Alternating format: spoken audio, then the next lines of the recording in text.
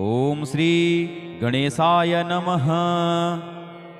अथ शिवकवचस्तोत्रम्। श्रीदेव्युवाच ओम भगवन् देवदेवेश सर्वाम्नाय प्रपूजितः सर्वं मे कथितं देव कवचं न प्रकाशितं।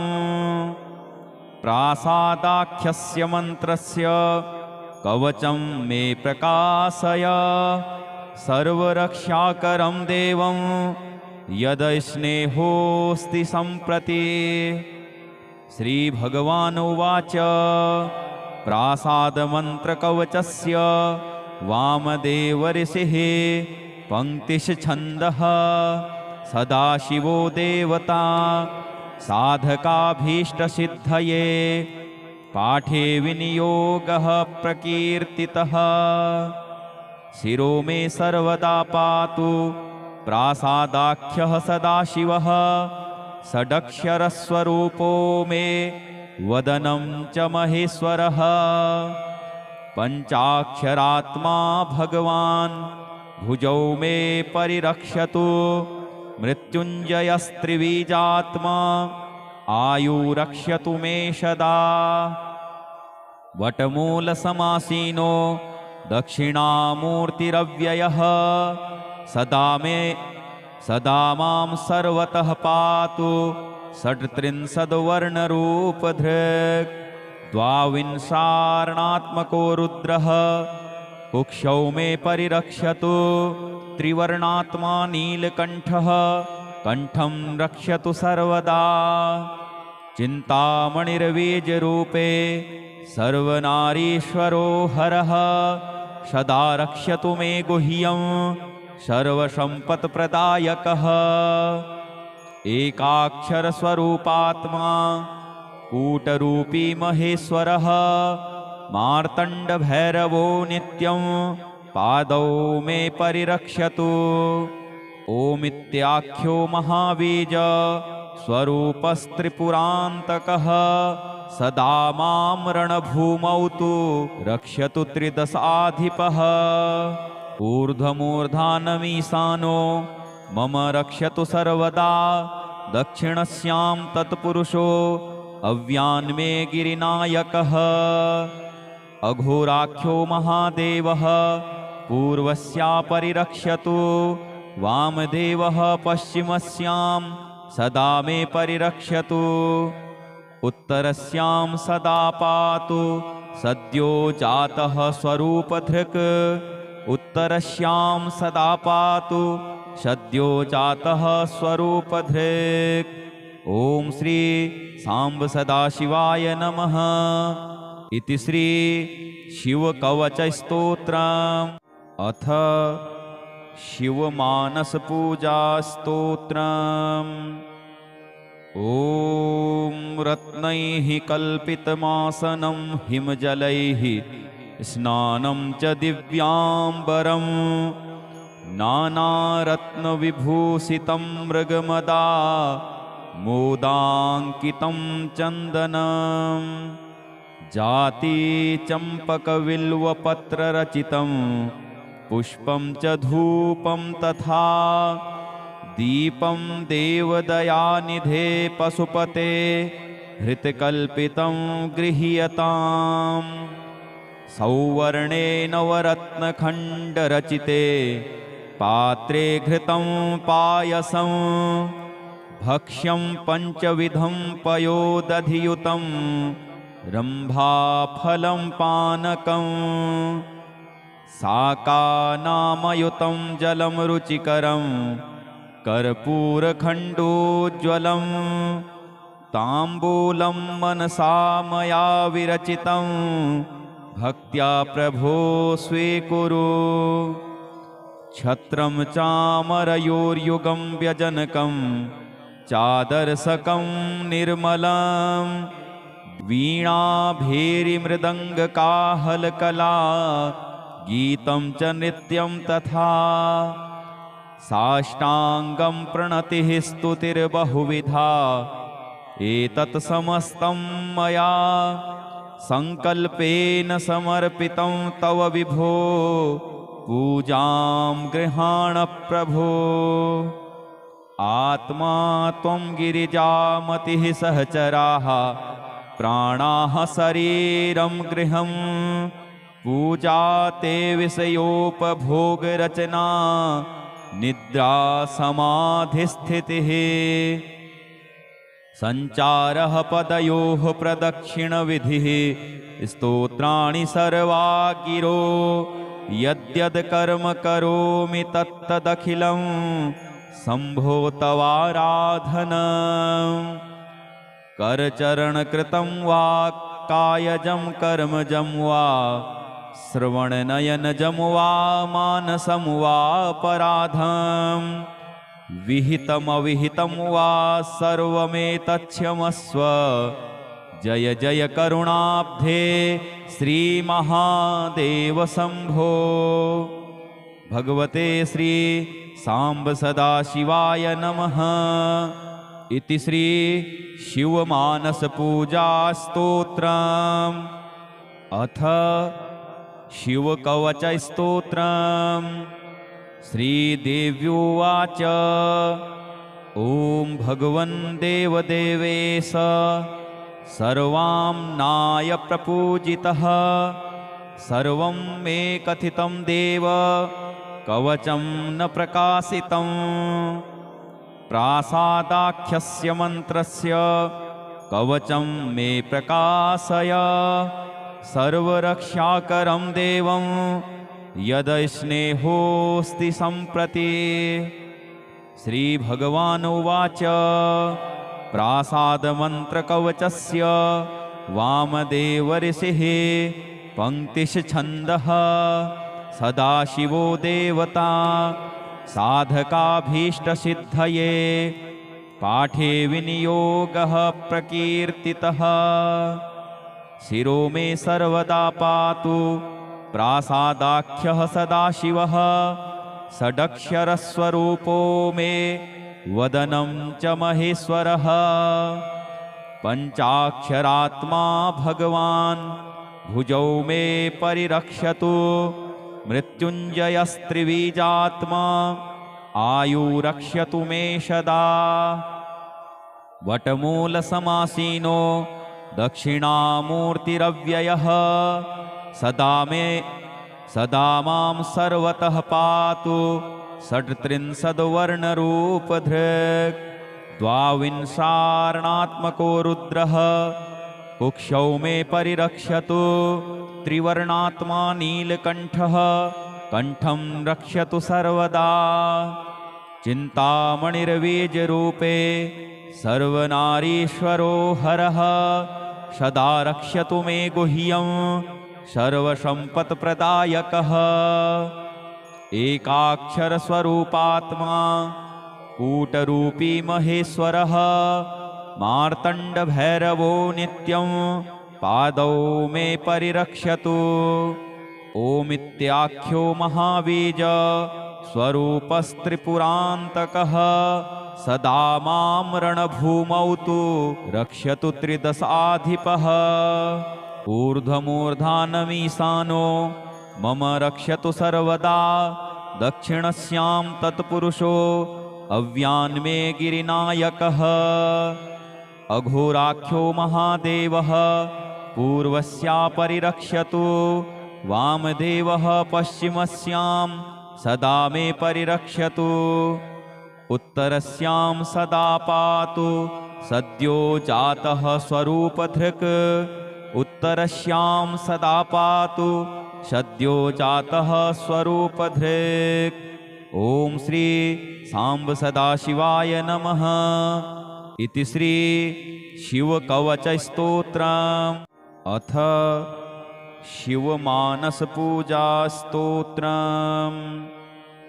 ॐ रत्नैः कल्पितमासनं हिमजलैः स्नानं च दिव्याम्बरं नानारत्नविभूषितं मृगमदा मोदाङ्कितं चन्दनं जातिचम्पकविल्वपत्ररचितं पुष्पं च धूपं तथा दीपं देवदयानिधे पशुपते हृतकल्पितं गृह्यताम् सौवर्णे नवरत्नखण्डरचिते पात्रे घृतं पायसं भक्ष्यं पञ्चविधं पयोदधियुतं रम्भाफलं पानकम् साकानामयुतं जलं रुचिकरं कर्पूरखण्डोज्ज्वलं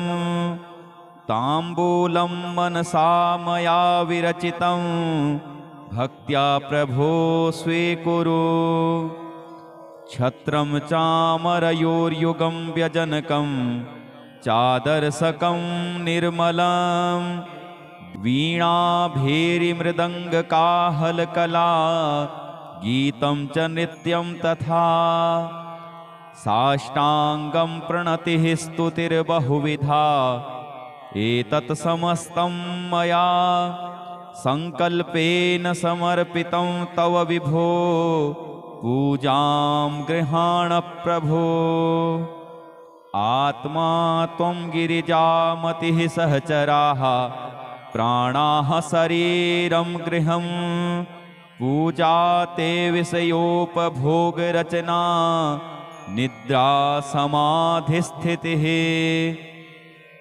संचारः पदयोः प्रदक्षिणविधिः स्तोत्राणि सर्वा गिरो यद्यद् कर्म करोमि तत्तदखिलं शम्भो तवाराधनम् करचरणकृतं वा कायजं कर्मजं वा श्रवणनयनजं वा मानसं वा अपराधं विहितमविहितं वा सर्वमेतत्क्षमस्व जय जय करुणाब्धे श्रीमहादेव शम्भो भगवते श्री सांब सदाशिवाय नमः इति श्री शिवमानस पूजा स्तोत्रम् अथ शिवकवच स्तोत्रम् श्रीदेव्युवाच ॐ भगवन् देवदेवेश सर्वाम्नाय प्रपूजितः सर्वं मे कथितं देव कवचं न प्रकाशितं प्रासादाख्यस्य मन्त्रस्य कवचं मे प्रकाशय सर्वरक्षाकरं देवं यदस्नेहोऽस्ति सम्प्रति श्रीभगवानुवाच प्रासादमन्त्रकवचस्य वामदेवऋषिः पङ्क्तिश्छन्दः सदाशिवो देवता साधकाभीष्टसिद्धये पाठे विनियोगः प्रकीर्तितः शिरो मे सर्वदा पातु प्रासादाख्यः सदाशिवः षडक्षरस्वरूपो मे वदनं च महेश्वरः पञ्चाक्षरात्मा भगवान् भुजौ मे परिरक्षतु मृत्युञ्जयस्त्रिबीजात्मा आयुरक्ष्यतु मे सदा वटमूलसमासीनो दक्षिणामूर्तिरव्ययः सदा मां सर्वतः पातु षट्त्रिंशद्वर्णरूपधृक् द्वाविंशार्णात्मको रुद्रः कुक्षौ मे परिरक्षतु त्रिवर्णात्मा नीलकण्ठः कण्ठं रक्षतु सर्वदा चिन्तामणिर्बीजरूपे सर्वनारीश्वरो हरः सदा रक्षतु मे गुह्यं सर्वसम्पत्प्रदायकः एकाक्षरस्वरूपात्मा कूटरूपी महेश्वरः मार्तण्डभैरवो नित्यं पादौ मे परिरक्षतु ओमित्याख्यो महाबीज स्वरूपस्त्रिपुरान्तकः सदा मां रणभूमौ तु रक्षतु त्रिदशाधिपः ऊर्ध्वमूर्धानमीशानो मम रक्षतु सर्वदा दक्षिणस्यां तत्पुरुषो अव्यान्मे गिरिनायकः अघोराख्यो महादेवः पूर्वस्या परिरक्षतु वामदेवः पश्चिमस्यां सदा मे परिरक्षतु उत्तरस्यां सदा पातु सद्यो जातः स्वरूपधृक् उत्तरस्यां सदा पातु सद्यो जातः स्वरूपधृक्। ॐ श्री सांब सदाशिवाय नमः। इति श्री शिवकवचस्तोत्रम्। अथ शिवमानसपूजास्तोत्रम्। ॐ रत्नैः कल्पितमासनं हिमजलैः स्नानं च दिव्याम्बरं नानारत्नविभूषितं मृगमदा मोदाङ्कितं चन्दनं जाति चम्पकविल्वपत्ररचितं पुष्पं च धूपं तथा दीपं देवदयानिधे पशुपते हृतकल्पितं गृह्यताम् सौवर्णे नवरत्नखण्डरचिते पात्रे घृतं पायसं भक्ष्यं पञ्चविधं पयोदधियुतं रम्भाफलं पानकं साकानामयुतं जलं रुचिकरं कर्पूरखण्डोज्ज्वलं ताम्बूलं मनसा मया विरचितं भक्त्या प्रभो स्वीकुरु छत्रं चामरयोर्युगं व्यजनकं चादर्शकं निर्मलं वीणाभेरीमृदङ्गकाहलकला गीतं च नृत्यं तथा साष्टाङ्गं प्रणतिः स्तुतिर्बहुविधा एतत् समस्तं मया संकल्पेन समर्पितं तव विभो पूजां गृहाण प्रभो आत्मा त्वं गिरिजामतिः सहचराः प्राणाः शरीरं गृहं पूजा ते विषयोपभोगरचना निद्रा समाधिस्थितिः संचारः पदयोः प्रदक्षिणविधिः स्तोत्राणि सर्वा गिरो यद्यद् कर्म करोमि तत्तदखिलं शम्भो तवाराधनम् करचरणकृतं वा कायजं कर्मजं वा श्रवणनयनजं वा मानसं वा अपराधम् विहितमविहितं वा सर्वमेतत्क्षमस्व जय जय करुणाब्धे श्रीमहादेव शम्भो। भगवते श्री सांब सदाशिवाय नमः। इति श्री शिवमानसपूजास्तोत्रम्। अथ शिवकवचस्तोत्रम्। श्रीदेव्युवाच ॐ भगवन् देवदेवेश सर्वाम्नाय प्रपूजितः सर्वं मे कथितं देव कवचं न प्रकाशितं प्रासादाख्यस्य मन्त्रस्य कवचं मे प्रकाशय सर्वरक्षाकरं देवं यदस्नेहोऽस्ति सम्प्रति। श्रीभगवानुवाच प्रासादमन्त्रकवचस्य वामदेवऋषिः पङ्क्तिश्छन्दः सदाशिवो देवता साधकाभीष्टसिद्धये पाठे विनियोगः प्रकीर्तितः शिरो मे सर्वदा पातु प्रासादाख्यः सदाशिवः षडक्षरस्वरूपो मे वदनं च महेश्वरः पञ्चाक्षरात्मा भगवान् भुजौ मे परिरक्षतु मृत्युञ्जयस्त्रिबीजात्मा आयुरक्ष्यतु मे सदा। वटमूलसमासीनो दक्षिणामूर्तिरव्ययः सदा मां सर्वतः पातु षट्त्रिंशद्वर्णरूपधृक्। द्वाविंशार्णात्मको रुद्रः कुक्षौ मे परिरक्षतु। त्रिवर्णात्मा नीलकण्ठः कण्ठं रक्षतु सर्वदा।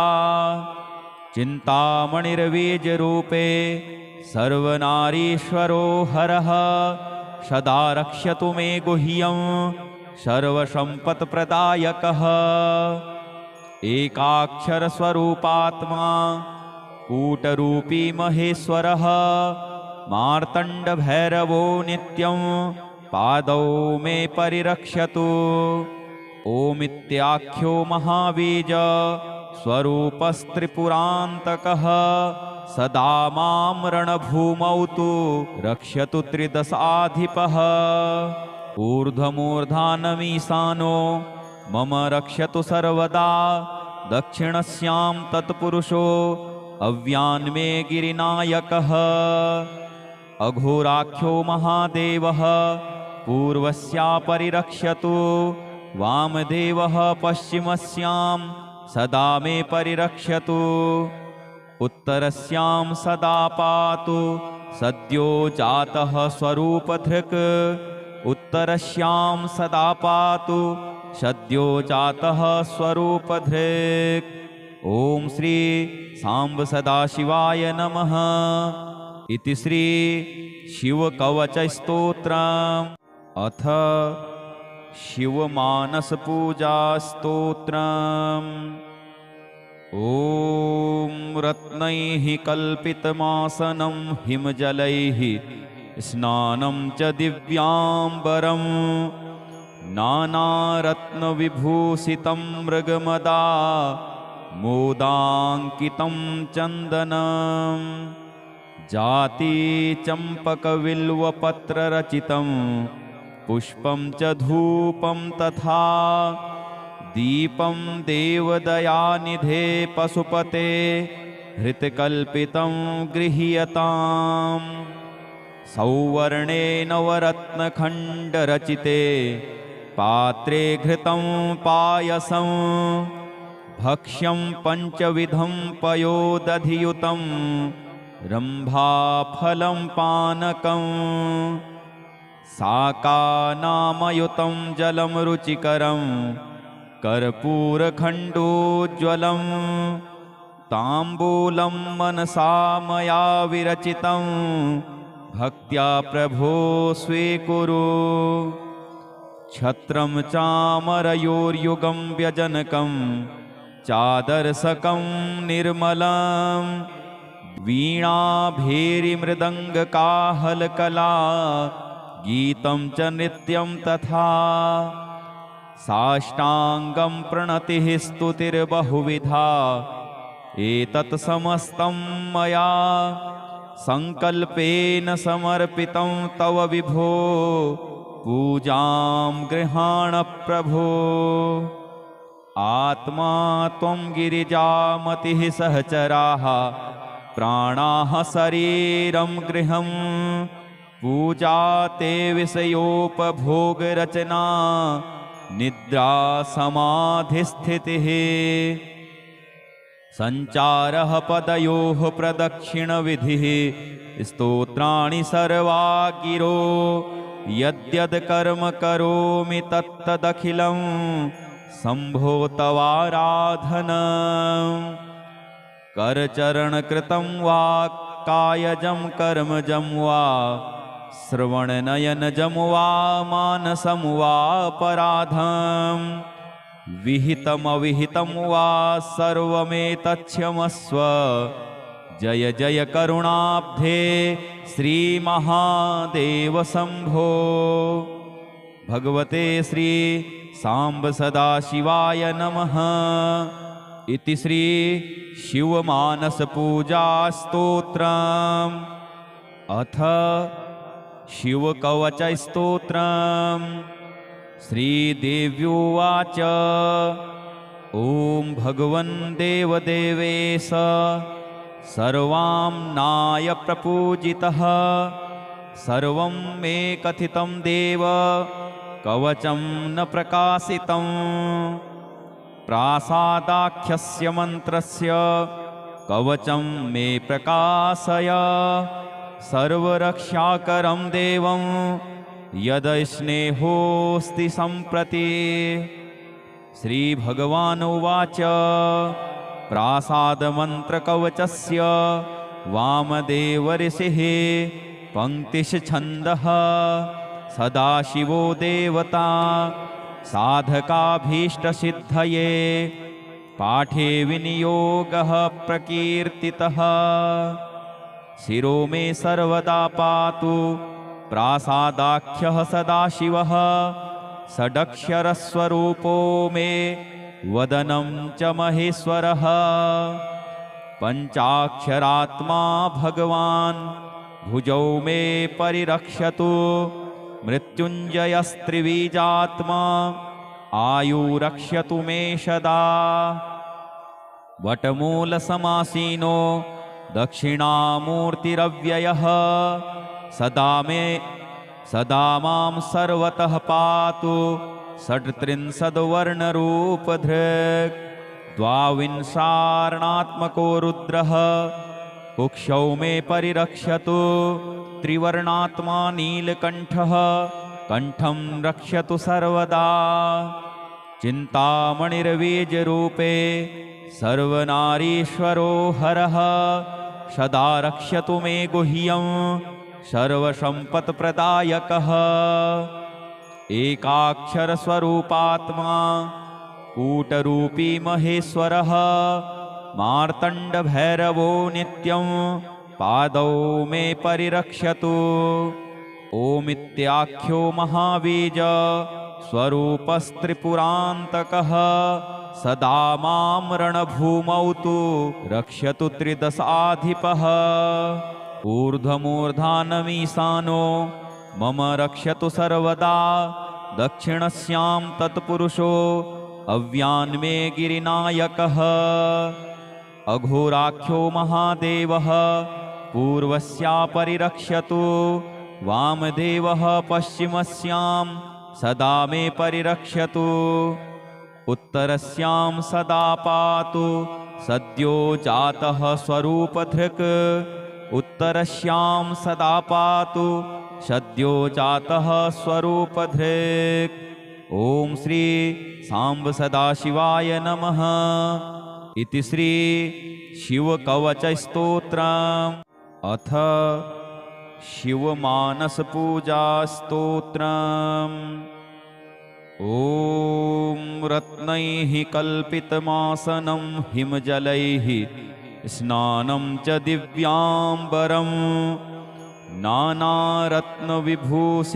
मृगमदा मोदाङ्कितं चन्दनं जातिचम्पकविल्वपत्ररचितं पुष्पं च धूपं तथा दीपं देवदयानिधे पशुपते हृतकल्पितं गृह्यताम् सौवर्णे नवरत्नखण्डरचिते पात्रे घृतं पायसं भक्ष्यं पञ्चविधं पयोदधियुतं रम्भाफलं पानकं साकानामयुतं जलं रुचिकरं कर्पूरखण्डोज्ज्वलं ताम्बूलं मनसा मया विरचितं भक्त्या प्रभो स्वीकुरु छत्रं चामरयोर्युगं व्यजनकं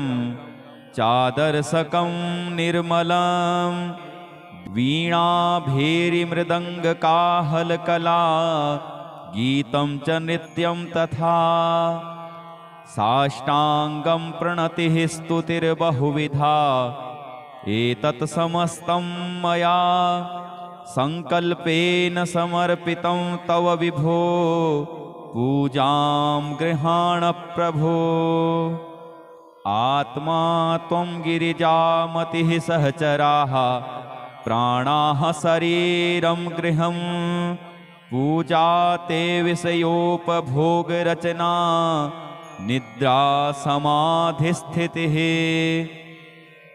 संचारः पदयोः प्रदक्षिणविधिः स्तोत्राणि सर्वा गिरो यद्यद् कर्म करोमि तत्तदखिलं शम्भो तवाराधनम्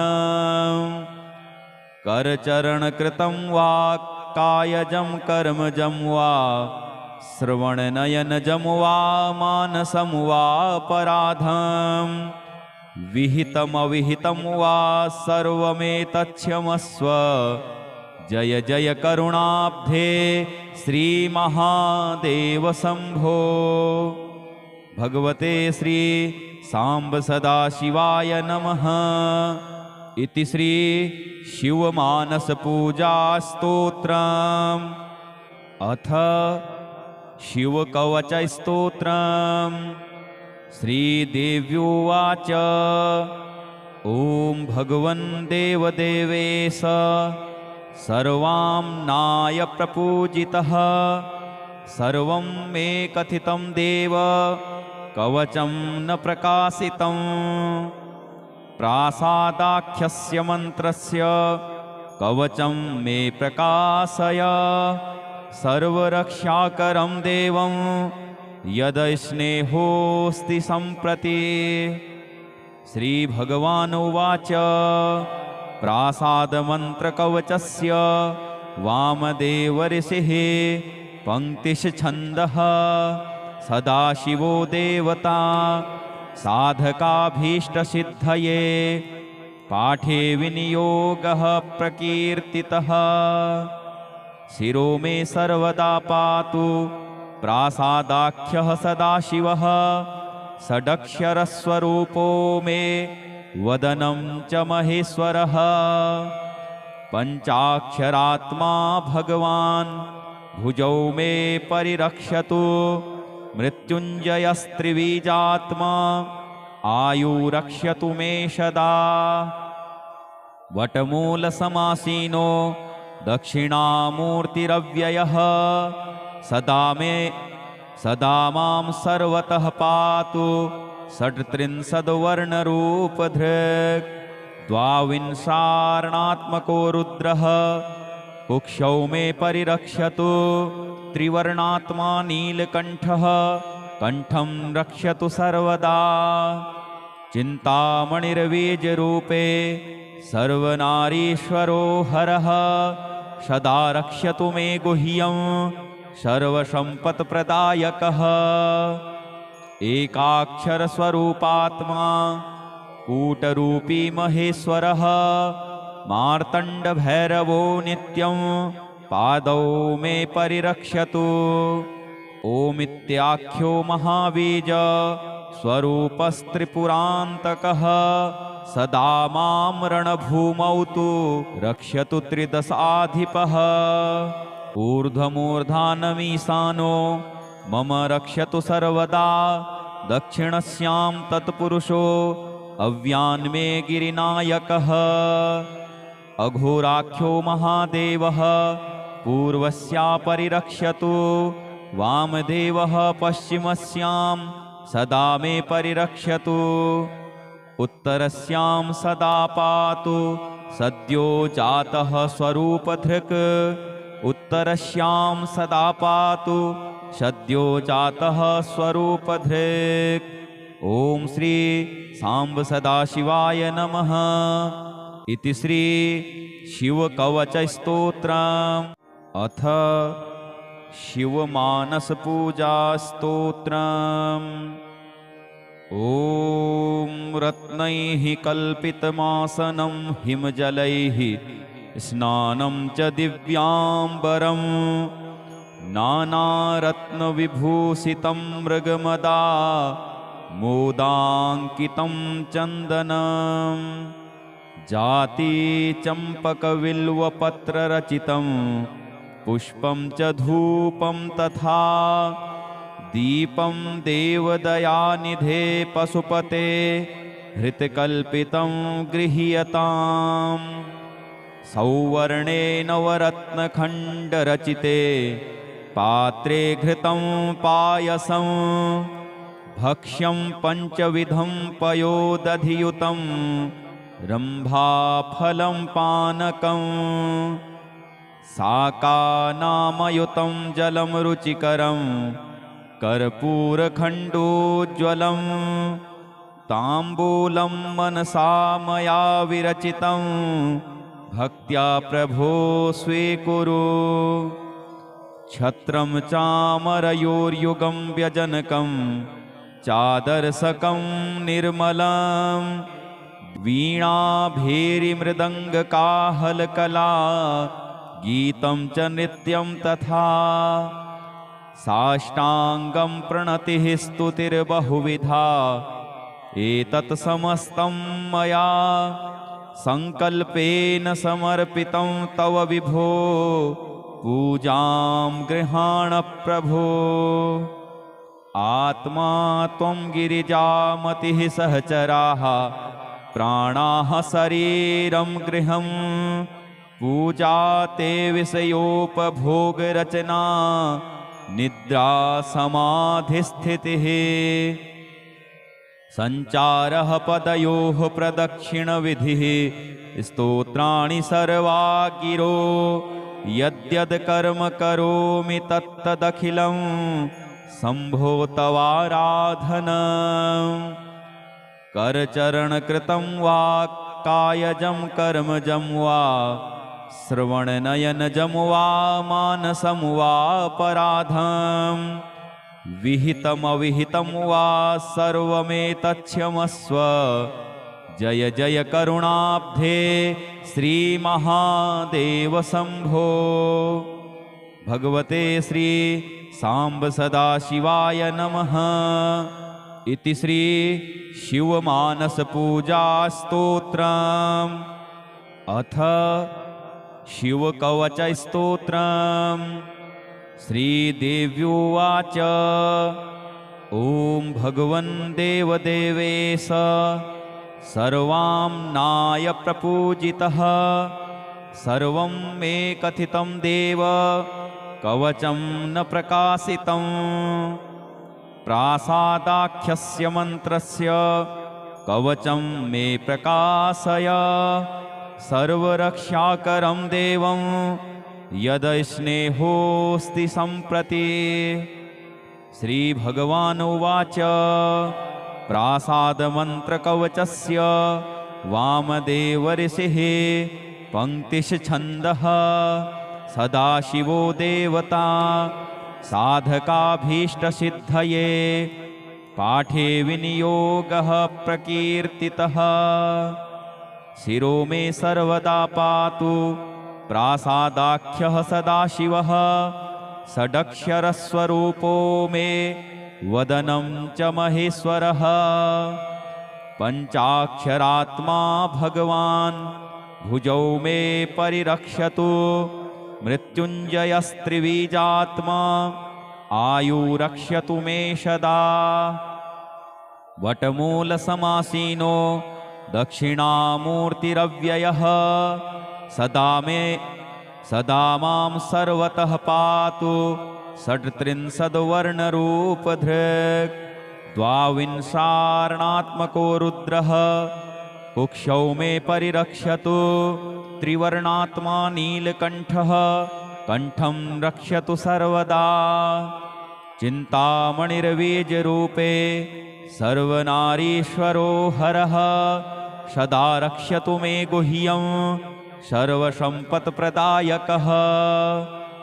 एकाक्षरस्वरूपात्मा कूटरूपी महेश्वरः मार्तण्डभैरवो नित्यं पादौ मे परिरक्षतु। ओमित्याख्यो महाबीज स्वरूपस्त्रिपुरान्तकः सदा मां रणभूमौ तु रक्षतु त्रिदशाधिपः।